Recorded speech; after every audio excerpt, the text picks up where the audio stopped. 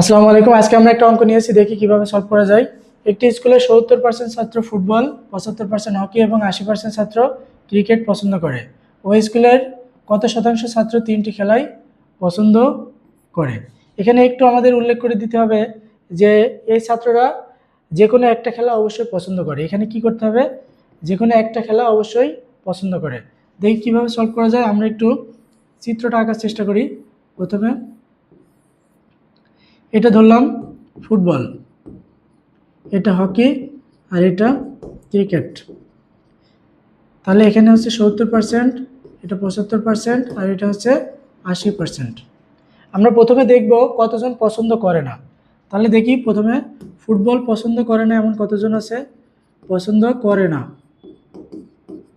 পছন্দ করে না আমরা জানি টোটাল হচ্ছে 100, তাই না? তাহলে ফুটবল পছন্দ করে না কত? 100 - 70 = 30%। একইভাবে হকি পছন্দ করে না এমন কতজন আছে? 100 - 75 = 25%। আর ক্রিকেট পছন্দ করে না এমন কতজন আছে? 100 - 80 = 20। এখন দেখব তিনটি খেলায় পছন্দ করে না।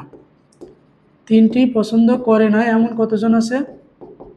30 + 25 + 20, 25 + 20 = কত হচ্ছে? 25, 75। 75% তিনটার একটাও পছন্দ করে না। এখন আমাদের চেয়েছে কি? তিনটি পছন্দ করে, চেয়েছে তিনটি খেলায় পছন্দ করে এমন ছাত্র কতজন?